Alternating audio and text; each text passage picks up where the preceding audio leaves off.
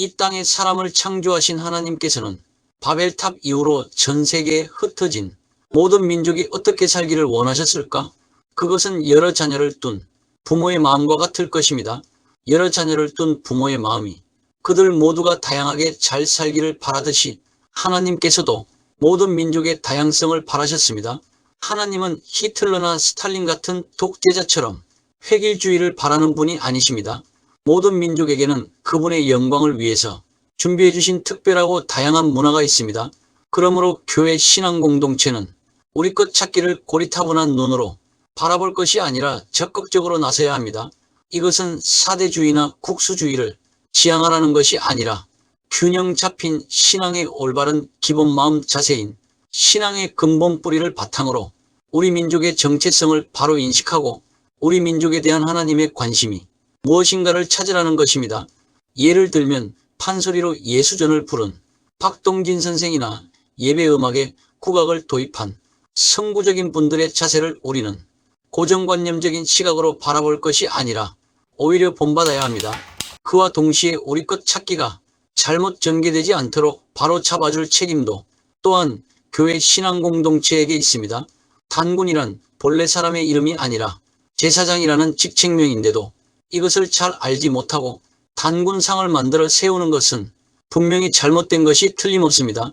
또 유대인들은 2000년 전의 땅을 길을 쓰고 찾아 들어가서 다시 이스라엘이라는 독립국가를 그 유대 땅에 세우는데 성공해서 그 나라가 본래 자기네 나라라고 주장하는데 반해 우리는 오히려 고조선 때부터 섬겨온 하나님을 믿는 신앙을 외래 종교로 단정해버리고서는 들어온 지 1700년도 안 되는 불교를 오히려 전통 종교라고 내세우는 불효막심한 짓을 하고 있으니 이것이야말로 어불성설이 아니고 무엇이겠습니까? 진시황제가 BC 212년에 공자의 책을 다 불태웠고 그 제자 460명을 모두 땅에 묻어서 죽였는데 도울 김용옥 씨는 여전히 있지도 않은 가짜 공자를 강의합니다. 그것도 신학을 공부했다는 분이 우리를 더욱 슬프게 하는 것은 그렇게도 찾기 원하는 역사가 없다는 것입니다. 무슨 말이냐?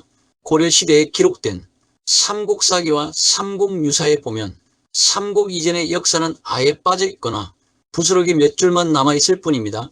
한마디로 우리는 역사를 상실했고 언어마저 상실했습니다. 방금 제가 말한 역사와 상실과 언어라는 이 단어도 사실은 우리말이 아닙니다.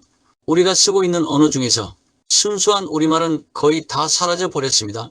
이런 상황에서 지금 하나님을 제대로 알기 위해서 우리 것 찾기를 하는 것입니다. 그러면 그것을 어디서 찾을 수가 있을까? 결국 그것은 역사를 더듬어서 살펴보면서 하나님께서 우리가 잊었던 기억을 되살려 주시도록 기도해야 하는 부분입니다.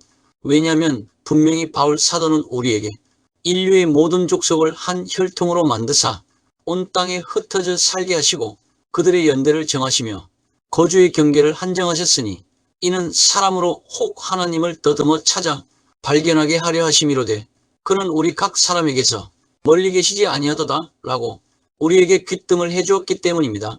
또한 시편 기자도 다음과 같이 증언하고 있습니다. 여호와의 행사가 크시니 이를 즐거워하는 자가 다 기리는도다. 그 행사가 존귀하고 어미하며 그 의가 영원히 있도다. 그 기이한 일을 사람으로 기억해 하셨으니 여호와는 은혜로우시고 자비하시도다. 그러므로 우리 것을 찾는 일에 나서기 전에 우선 짚고 넘어가야 하는 것은 우리의 역사와 문화가 어떻게 해서 없어졌고 누가 그것을 없애버렸는지 하는 것부터 먼저 따져봐야 합니다. 왜냐하면 수많은 나라가 그 나라의 자랑스러운 고대사를 가지고 있는데 유독 유구한 역사를 자랑하고 있다는 우리나라의 고대사는 송두리째 사라져버렸기 때문입니다. 지금 우리에게 남아있는 삼국사기, 삼국유사에 보면 우리 조상들은 그 이전에도 역사를 기록해서 남겨놓았다는 것을 알 수 있습니다. 삼국유사는 고조선의 역사를 소개하면서 고기를 인용하였는데 이것은 민간 사서들이 말하는 신지유기 또는 배달유기 같은 고조선의 역사서를 말하는 것으로 보입니다. 또 삼국사기에는 고구려의 유기가 있었고 백제에도 석이라는 사서가 있었다고 되어 있고 신라의 진흥왕은 대하천 거칠부에게 국사를 편찬하게 했습니다. 그런데 이러한 사서들이 오늘날에는 하나도 남김없이 다 사라져 버린 것입니다. 도대체 누가 이 방대한 사서들을 다 없애버렸을까? 처음에는 학자들은 우리의 고대사를 없애버린 건 중국이나 일본의 소행으로 추측하고 있었습니다. 즉 우리의 자랑스러운 역사를 부러워하고 못마땅하게 여겼던 그들이 침략해왔을 때 역사서를 가져갔거나 다 태워서 없애버린 것으로 생각했습니다. 아마 고대 사관들도 그것이 유실될 것을 염려해서 여러 사본을 만들어 분산 보관했을 겁니다. 그러나 우리의 고대사를 없앤 자들은 그런 것까지도 철저하게 다 뒤져내어 깡그리 말살해버렸습니다. 국내는 물론이고 중국이나 일본의 서고에도 남겨진 사본은 하나도 없습니다. 만일 우리 고대사를 없앤 자들이 외국인들이었다면 그들이 우리 국내에 분산, 보관되어 있는 사서들을 그토록 철저하게 찾아낼 수 있었으리라고는 믿어지지 않습니다. 그러면 누가 그들에게 모든 사본이 숨겨져 있는 곳을 다 가르쳐 주었을까? 그것은 삼국사기에서 그 답을 찾을 수가 있습니다. 진흥왕 6년 AD 545 7월에 이찬 이사부는 왕에게 아뢰기를 국사라는 것은 군신의 선악을 기록하여 잘하고 못한 일을 만대해 보이는 것이 온데 사기를 수찬해 놓지 아니하오면 후대에 무엇으로서 사실을 볼 수 있겠습니까? 하니 왕은 그렇다 하고 대하찬 거칠부 등에게 명하여 널리 문서들을 모아 국사를 수찬하였다. 여기서 이찬 이사부라는 사람은 당시의 병부령 즉 군부의 수장을 말합니다. 그리고 왕이 국사 수찬의 책임을 맡긴 거칠부 역시 이사부 수하의 무장입니다.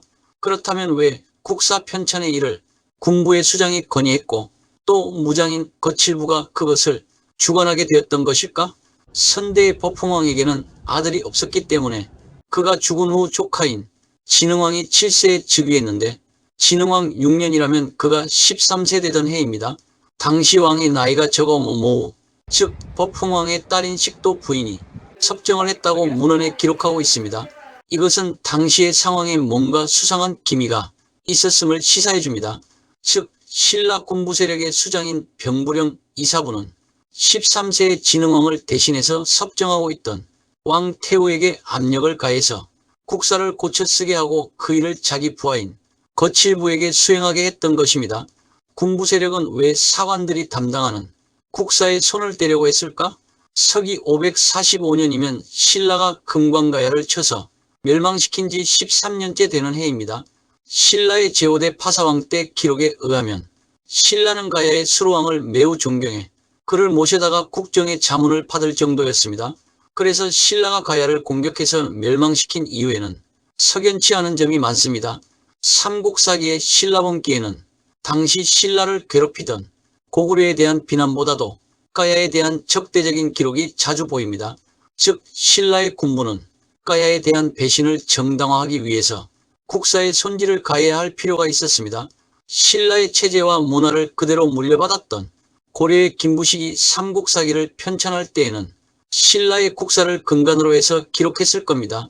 그 기록을 자세히 읽어보면 신라와 가야에 관계된 부분에 대한 가필과 조작은 누구라도 무장들의 거친 솜씨를 눈치챌 수 있을 정도로 매우 치졸합니다.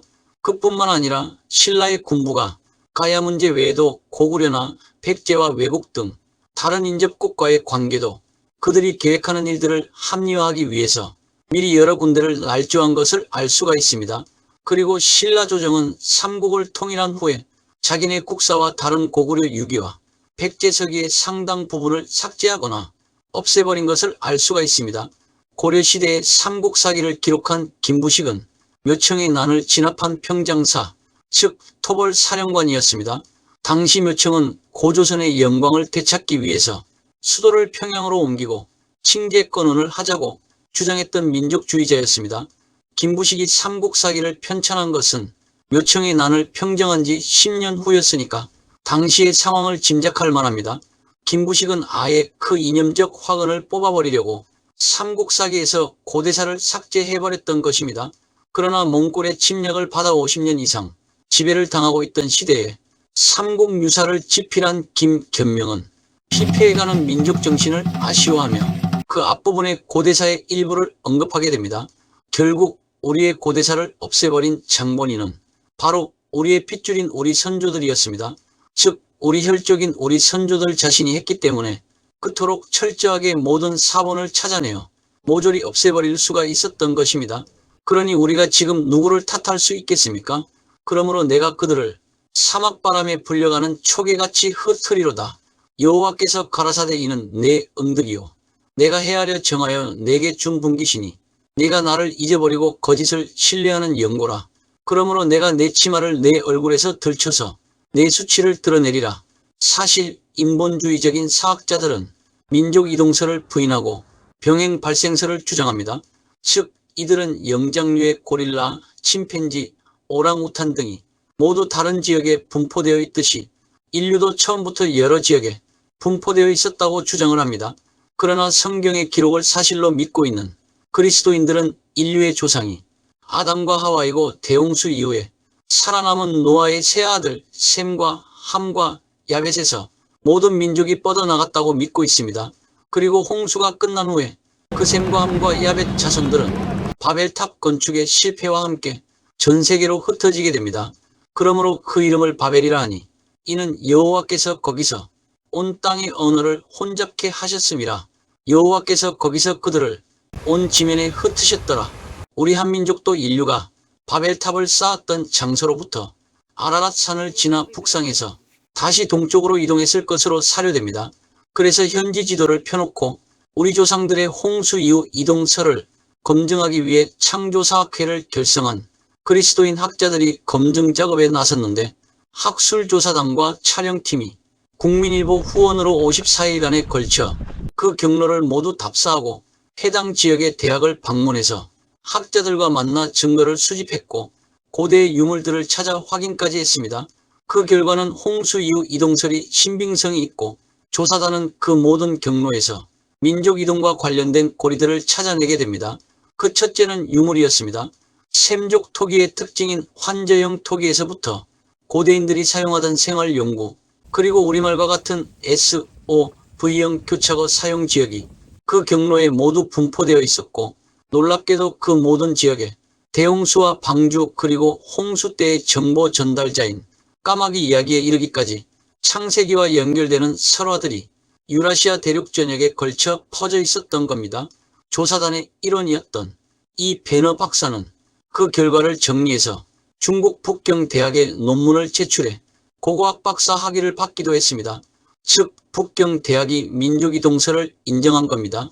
이 민족이동설을 우리나라의 일부 국수주의적 제야학자들은 반대로 주장합니다. 우리 민족이 메소포타미아에서 동방으로 이동해 온 것이 아니라 우리 민족의 역사가 그쪽보다 더 오래되었으므로 여기서 그쪽으로 옮겨갔다는 것입니다. 그러나 검증 결과는 그것은 아니라는 것이 명백하게 증명되었습니다. 아무리 우리 민족의 자긍심을 높이기 위해 오랜 역사를 주장하는 것은 좋지만 아닌 것을 우기고 고집하는 것은 정직하지 못한 것으로서 성령님을 근심하게 하는 것입니다. 그것은 각 지역에서 출토되는 석기에 사용된 돌들의 원산지 추적에서 나왔습니다. 많은 돌의 원산지가 출토된 지역과 다르게 나왔는데 그 결과는 석기의 소지자가 성경대로 서에서 동으로 옮겨온 것을 증거하고 있었습니다. 또 하나 명백한 증거는 전 유라시아 대륙에 걸쳐 분포되어 있고 베링 해협을 건너 아메리카 대륙까지 건너간 흑요석 공고에 있습니다. 그 흑요석이 생산되는 지역은 유라시아 대륙에서는 오직 아라랏산 부근밖에 없기 때문입니다.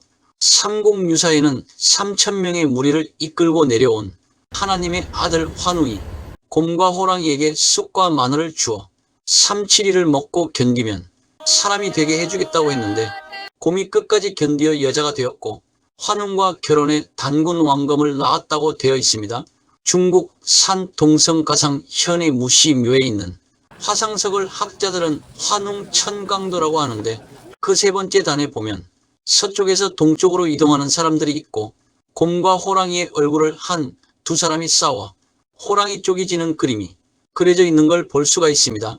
이것을 두고 학자들은 곰 토템족이 호랑이 토템족과의 경쟁에서 이긴 것이라고 해석하기도 하지만 다른 주장들도 있습니다. BC 4000년경 메소포타미아에는 이미 3600명의 신이 있었지만 우리나라에는 불교가 들어올 때까지는 오직 하나님만 있었고 다른 신은 없었습니다. 수많은 신을 섬기는 서쪽에서 오직 하나님만을 섬기기 위해서 옮겨온 그들이 곰이나 호랑이를 숭배했을 까닭이 없습니다.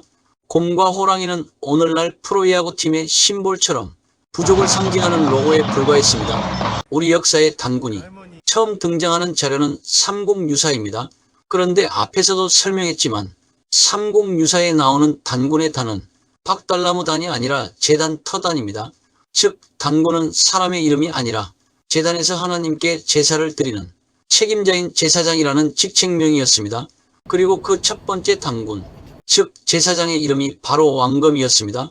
그러므로 혹시 왕검상을 만든다면 또 몰라도 단군 즉 제사장의 상을 만든다면 이것은 정말 어처구니 없는 일이 되어버립니다. 후일에 이승유라는 사람이 제왕홍기를 쓰면서 그 단군을 신비화하여 민족정신의 구심점으로 삼기 위해서 제단 터단을 박달나무 단자로 바꾸어 씀으로써 그 뒤부터는 단군이 박달나무에서 내린 신으로 졸지에 바뀌어버린 것입니다. 고조선의 시작을 우리 역사학계는 BC 2333년으로 계산합니다. 그런데 성경에 기록된 연대를 계산하면 아담의 탄생은 BC 4114년이고 대홍수가 있었던 것은 BC 2458년이며 민족들이 흩어진 것은 벨렉이 태어난 해로 계산하면 BC 2357년입니다. 즉 우리 민족이 바벨탑에서 동방으로 오기까지 24년이 걸렸다는 뜻입니다. 당시의 형편으로 미루어 보아 꽤 빠른 속도이지만 조사단은 볼가강 하류에 있는 하저포 박물관에서 바퀴가 달린 집의 모형을 발견하고 그 속도가 빨랐던 이유를 수긍할 수 있었습니다. 그렇다면 환단고기가 말하는 단군 이전의 신시황국의 가설이나 단군상을 만든 사람들이 말하는 BC 7197년은 또 무엇일까? 그것은 초기 연대를 터무니없이 부풀려서 늘려놓은 것에 불과합니다. 이런 황당한 예는 메소포타미아의 수메르 초기 왕조의 역사 연대에서도 찾을 수가 있습니다. 결국 이것은 홍수 이전의 역사를 기록해 놓기 위한 상징적이고 긍정적인 것으로 생각해야 합니다. 왜냐하면 홍수 이후의 후손들이 홍수 이전의 것을 기록하려니까 지금처럼 연대를 정확하게 측정하기가 어려웠을 것이기 때문에 그 연대를 기록하기가 참으로 애매했을 것입니다. 그러다 보니까 대충 그 시절들을 짐작으로 늘려서 잡았을 것입니다. 이것을 니무롯과 아카드의 싸움으로 추리할 수도 있습니다. 그래서 우리가 서쪽에서 왔다는 사실을 확인하고 싶다면 강화도 마니산에 가볼 것을 권합니다. 마니산은 본래 마리산, 즉 머리산을 말하는데 첫 번째 단군인 왕검이 그 정상에 쌓은 천제단은 서쪽 머리를 향하고 있습니다. 즉 이것은 우리 조상들이 서쪽에서 섬겼던 그 하나님을 향해서 제사 드렸다는 사실을 이 천제단은 분명하게 증언하고 있습니다. 우리 민족이 고려시대에 137년간이나 몽골의 지배를 받고 다시 조선 말기에 한일합방으로 36년간 수모를 당하면서 민족 정신을 하나로 모으기 위해 내세웠던 것은 소위 단일민족이라는 것이었습니다. 그러나 우리의 민족성은 매우 복합적입니다. 어떤 때에는 셈족의 특징대로 가부장적이고 보수적이며 남성 중심적인 것 같은데 뜻밖에도 한국 사람들은 매우 진취적이기도 합니다. 실제로 강인한 여성들의 힘으로 한민족은 버티어왔고 지금도 인터넷 인구나 휴대전화 소지율은 세계의 선두입니다. 성경에 숨겨진 한민족의 기원에 대해서 다음 시간에 계속적으로 살펴보겠습니다. 많은 관심과 구독과 좋아요, 알림 설정은 영상 제작에 큰 힘이 됩니다. 감사합니다.